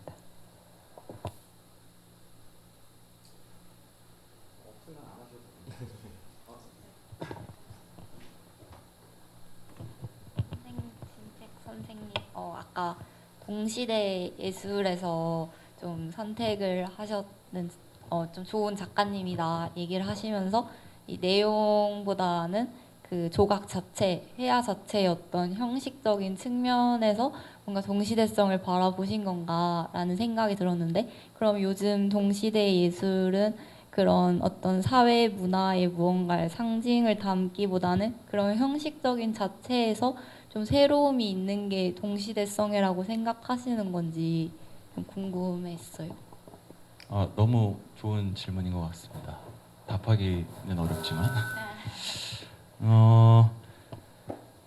이 달라짐을 실현하는 방식은 많이 다 다른 것 같아요. 그 역시도.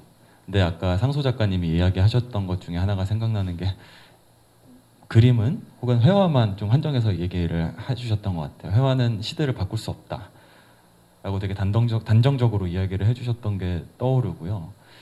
그럼에도 불구하고 이게 변화를 일으키는 방식이 이제 시대마다 달라지잖아요. 특히나 이제 과거에는 이제 한 명의 강력한 리더나 아니면은 강한 한 명의 뭐 이게 개별자가 이 움직임을 이제 선도하는 방식으로 이루어졌다고 하면, 지금은 이제 완전히 그 민주화된 형태로 이 하나의 경향성을 이루는 것이 이제 단순히 어떤 특정 인물, 개인 인물에 집중돼서 그것들이 실현된다고 보지 않기 때문에 말 그대로 형식에 대한 고민이 필요한 시점이라고 생각이 들었고요. 그걸 동시대성이라고 제가 감히 그렇다고 이야기하기는 제가 아직은 확신이 없어요. 다만 동시대에 어떤 미술을 할 것인가에 대한 고민의 방식은 아까 말씀하셨던 것처럼 내용에서 형식적으로 좀 바뀌어가고 있다는 생각은 하고 있습니다. 네. 그 근거를 예로 들기는 좀 어려운데, 그건 근데 너무 이제 그냥 요즘 유행하는 작업들이나 아니면은 이제 뭐랄까 지금 씬에서 주목하는 작가들의 형태가 그것들을 반영해 준다고 생각해요. 아무래도 저희라고 계속 얘기하는 게 이제 80년대생들을 이야기하는 건데, 80년대생들은 확실히 이 사회라는 형식은 그대로 두고 그 안에 있는 잘못된 것들이나 혹은 개선돼야 될 점들에 되게 많이 집중을 해서 그 내용들을 고치고자 노력을 하는 작업들을 많이 했다고 한다면, 그것들이 이제 어느 정도 뭐 다는 아니지만, 완벽하게는 아니지만 어느 정도의 좀 성취가 있다고 했을 때, 지금 등장한 세대는 더 이상 이제 그게 큰 자신이 뭔가 행해야 될 예술의 목적이 되지는 못하고 있는 것 같거든요. 그랬을 때 가장 빠르게 캐치할 수 있는 부분이 또 매체나 형식이기 때문에, 그런 차원이 지금 분명 다시 조명되기 시작한다 라는 느낌을 받고, 다만 그것이 지금 주류인지 아닌지, 그게 동시대성이라고 이야기될 수 있을 정도인지는 아직 저도 잘 모르겠습니다.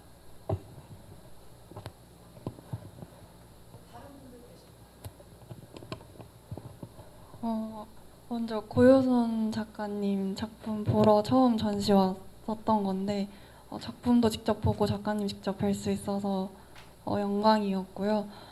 작가님 두 분한테 다 질문 드리고 싶은데, 저도 일단 홍대에서 영상을 공부하고 있는 학생이고 또 미술 입시도 하고 하다 보니까 주변에 미술하는 친구들도 되게 많고 한데, 사실 뭔가 현대 예술이나 미술 전시들을 갔을 때 전달력이나 이해력에 대한 질문을 스스로에게 굉장히 많이 하게 되는 것 같은데, 사실 전달력이라고 하면 작가에게 사실 어떤 문제점을 던지는 것이기도 하고, 이해력이라 하면 관객인 저한테 문제를 던지려고 하는 것인데, 둘 다 어쨌든 그 작품이 크게 와닿지 않거나 뭔가 제가 내러티브적으로 뭔가 이해를 할 수 없을 때 그렇게 느끼게 되는 것 같아요. 그래서 물론 영화나 영상에 빗대어 봤을 때도 상업 영화와 독립 영화를 보러 가는 관점이나 마인드 자체가 다르긴 하지만 작가님들 같은 경우에는 직접 추상적인 그래도 미술을 하고 계시는 분들이고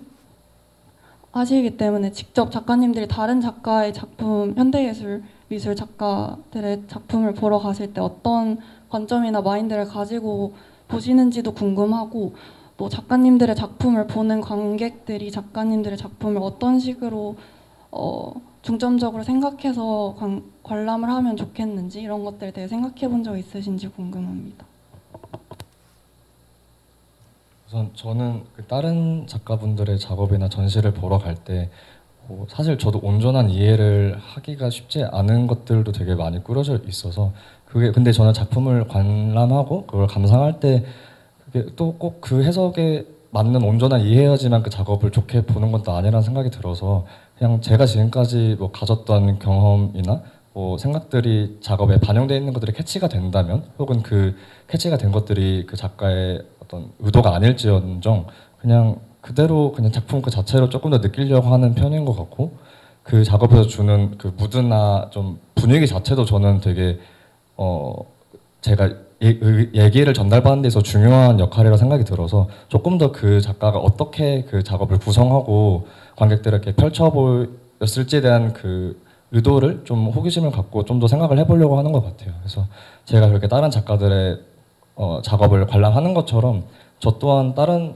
관객분들 혹은 작가분들께서 제 작업을 봐주실 때 그냥 이 작가가 무언가를 의도했다는 걸 정확히 100% 이해하길 바라는 것보다는 그냥 본인의 경험이나 아니면 평소 갖고 있던 생각들을 조금 투영해서 조금 자유롭게 해석해 주시고, 그것들이 훗날 평소에 어떤 본인의 일상 속에서 약간 씨앗처럼 이렇게 꽃피는 어떤 상황들을 마주하기를 좀 바라면서 작업을 해나가고 있는 것 같아요. 그래서 어떤 막 거대한 그 제 작업을 마주했을 때 무언가의 감흥을 저는 막 바란다기보다는 그냥 이 순간들이 모이고 쌓여서 본인이 어떤 삶을 선택하고 그 삶의 순간들을 마주할 때 제 작업이 뭐 떠오르는 순간들이 있으시다면 그런 것들이 뭐 조금의 도움이라기보다는 뭐 영감이 되면 좋지 않을까라 뭐 이런 생각을 하면서 작업을 계속 하고 있습니다.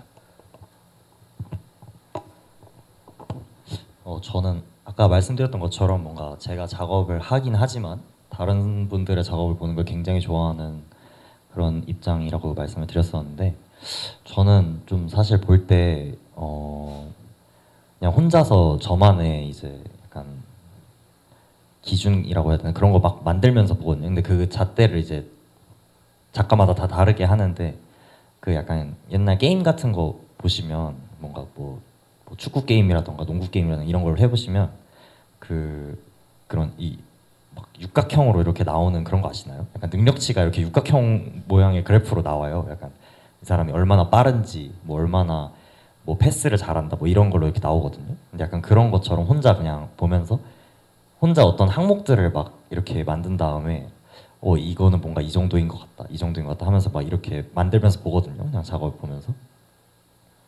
근데 이제 그 뭔가 기준이 이제 그런 게임에서는 속력은, 그러니까 그 스탯이 똑같잖아요. 모든 항목이 다 똑같이 선수들한테 적용이 되는데, 저는 이제 그게 아니라 그냥 이 작가가 어떤 의도로 뭔가 이렇게 뭐 예를 들어서 내가 진짜 이 구조가 얼마나 타당한지를 알아보고 싶었다, 그러면 얼마나 타당하게 봤는지라거나 뭐 했는지 이런 건지, 아니면은 그 작가분께서 뭔가 뭐 예를 들어 어디 되게 풍광이 좋은 그런 데 있었는데 거기에서 무슨 일이 있었고 이거가 어떤 감정을 남겼다, 약간 이런 식으로 접근이 됐다면 뭐 그게 얼마나 잘 되어 보이는지, 혹은 그냥 나한테 얼마나 좋게 느껴지는지, 뭐 이런 되게 기준이 막 갑자기 되게 감상적으로 갔다가 뭐 이렇게 해도 되는데, 그냥 혼자 그러면서 보는데 이게 되게 그 막 이렇게 봐야 된다 저렇게 봐야 된다 이런 것도 뭐 전혀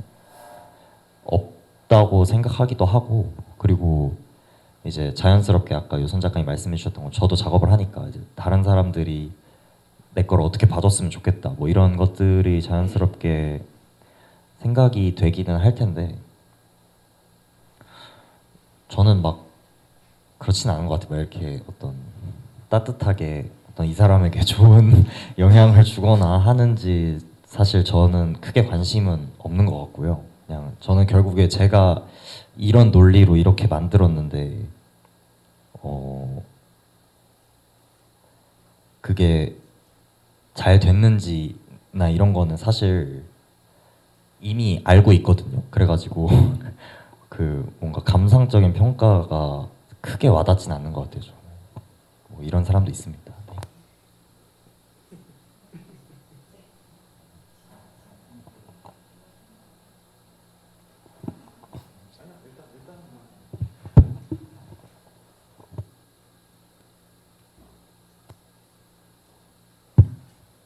저는 질문이라기보다는 그냥 아까 토크를 시작하면서 말씀 주셨던 상업성 관해서 저도 대화를 너무 좋아하기 때문에 공식적으로 대화에 참여할 수 있는 상황인 것 같아서 그냥 피드백을 좀 드리고 싶었어요. 이제 요새 막 초등학교 뭐 교사 인권 뭐 이런 문제에 관해서 많이 이제 뉴스에 막 공론화가 되고 있잖아요. 아마 상업성이라는 거는 문제도 거의 교육에 관해서 우리나라가 진짜 한 수십 년 동안 우리 부모님 세대에서부터 그 문제의식을 갖고 살아오다가 지금 이제 폭발이 터지듯 터지는 것처럼 상업성이라는 거는 문제도 우리 모두가 아마 그런 마음일 것 같아요. 그래서 그런 부분에 대해서 이렇게 뭔가 굉장히 꺼내주시고 이런 대화를 가능하게 해주신 점에서 되게 인상 깊었고 너무 이제 생각을 많이 트리거하는 그런 대화였던 것 같습니다. 그래가지고 간단하게, 그리고 저도 그냥 저의 의견을 공유를 해드리자면 얼마 전에 이제 좋은 기회로 뉴욕에 갔다 오게 됐어요. 그래서 갤러리들을 구경을 하는데 사실 저는 미술관도 너무 좋지만 갤러리를 구경하는 게 그렇게 재밌는 일인지 너무 새삼스럽게 느껴지는 거예요. 그 이유는 제가 한 15개의 갤러리를 스트리트를 걸어 다니면서 들어갔다면은 그 15개의 갤러리가 다 다른 작가들 유형을 보유하고 있고 지지를 다 다르게 하더라고요. 거기서 제가 느꼈던 거는 이 시장은 이렇게 다양하게 다양성을 확보하고 있고 다양성 있게 구성이 되어 있기 때문에 작가들이 정말 편안하게 고유의 목소리들에 집중해서 본인들이 숨쉬듯이 그냥 활동해도 받아들여지는구나 라는 걸 느꼈던 것 같아요. 그래서 그런 부분에서 아무래도 이제 대한민국이라는 곳은 한계가 있을 수는 있죠. 이제 뭐 인구도 그렇고 땅도 그렇고 가짓수도 적고 하니까 분명 그런 일은 있겠지만 어쨌든 그런 맥락에서 굉장히 이어지는 고민일 수 있겠다라는 생각이 들었어요. 그리고 세 번째로 느꼈던 거는 오늘 또 특히나 느낀 게 이제 그 작가님들께서 너무 본인의 목소리와 작품들을 어떤 상업성이라는 거에, 그러니까 팔기 위한 어떤 그 상업이라는 걸 목적으로 두지 않고 상업성에 관한 어떤 자신의 의견을 표현하는 방식으로 이제 큐레이팅이랑 설치를 고민을 하셨듯이 되게 자신들이 목소리를 낼 수 있는 이런 플랫폼의 역할을 해주는 갤러리들도 있구나. 그런 의미에서 갤러리의 역할이 되게 사실은 더욱 풍요로워질 수도 있고 또 사실 그게 이제 쉽지 않은 갤러리들도 있잖아요. 그래가지고 이런 좋은 또 상성, 또 좋은 열린 마음을 가진 공간들이 정말 역할이 중요하겠다 이런 생각도 들었고, 또 한편으론 상업성이라는 것은 말씀하셨듯이 갤러리에서만 아니면 작가에서만 고민하는 게 아니라 심지어는 이제 그 오디언스들, 관객들, 컬렉터들이 계속 이게 다 순환인 것 같아요. 그렇죠? 다 엮여 있기 때문에 어떤 그룹이 다 동일된 의견을 갖고 계신 것도 아닌 것 같고, 이제 정치 색깔도 그렇잖아요. 어떤 당이라 그래서 모두가 다 일관된 목소리를 내는 것이 아니기 때문에 그래서 그런 고민들을 갖고 그런 환경들을 더 풍부하게 구성해 나가는 것이 중요하겠다, 뭐 이런 생각들을 하게 된 것 같습니다. 되게 감사드립니다. 확실히 이 갤러리 차원에서 그러니까 더 큰 갤러리들도 마찬가지인데 사실 연구 용역을 많이 줘요. 실제로. 그러니까 물론 상업적 목적이 숨어 있죠. 이 사람에 대한 연구가 좀 부족하고 근데 이 사람을 세일즈를 하고 싶으면 이 사람에 대한 어떤 학술적 연구를 뒷받침하는 전시 혹은 연구를 이제 많은 금액을 지원해서 하는 경우들이 많고 뭐 물론 해당 작가는 아니지만 뭐 오토니엘 전시라든지 혹은 일전에 있었던 김용익 선생님 전시 일민에서 했던 거라든지 이런 것들이 다 곧바로 판매로 직결되거든요. 그게 그렇게 보여주면은 그 씬에서 바로 팔린단 말이에요.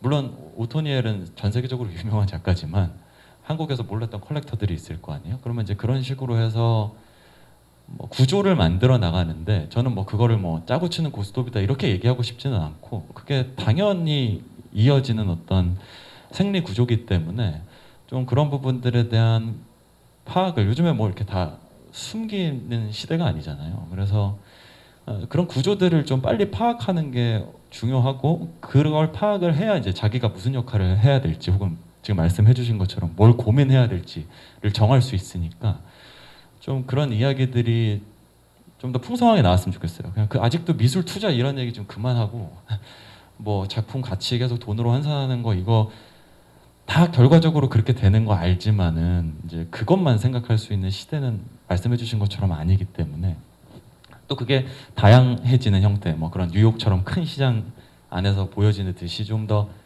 다양한 형태로 이루어질 수 있다면은 저 역시도 되게 좋을 것 같고 뭐 모두에게 건강한 씬이 탄생할 수 있는 그런 계기로 작동할 수도 있을 것 같다는 생각이 드는 것 같아요. 말씀해 주신 거 들으면서. 또 질문이나 토크에 대한 피드백 있으신 분들 자유롭게 말씀해 주시면 감사하겠습니다. 위층에서도 괜찮습니다. 없으시면 전시 보시면서 네, 네. 작가분들하고 이야기해도 될 것 같고 여기 이제 아까 여기 저 뒤에 이 작업들을 만들었던 장진승 작가가 와 있어가지고 간단하게 그냥 인사만 뭐 하는 정도로 하고 간단하게 소개를 네, 사실 뭐 이전에 상의된 게 없어가지고 좀 당황스럽긴 한데 이 뒤에 보시는 작업을 뭐 사실 제 개인 작업이라고 좀 생각을 안 하고 오히려 좀 작가들을 서포트하거나 이 큐레이토리얼 뭐 일종의 담론 안에서 이거를 조금 더 일종의 에이드처럼 조금 도와주는 역할의 작업이었으면 좋겠다라고 이제 얘기를 같이 했어가지고 아까 조금 설명하셨지만 뭐 작가들의 이미지로부터 일종의 사운드를 생산해내고 그걸 일종의 샘플화해서 기본 음이 있다면 그것들을 뭐 일종의 DJ 하듯이 그것들을 어떻게 조금 더 듣기 좋은 소리 혹은 뭐 일종의 이 전시들을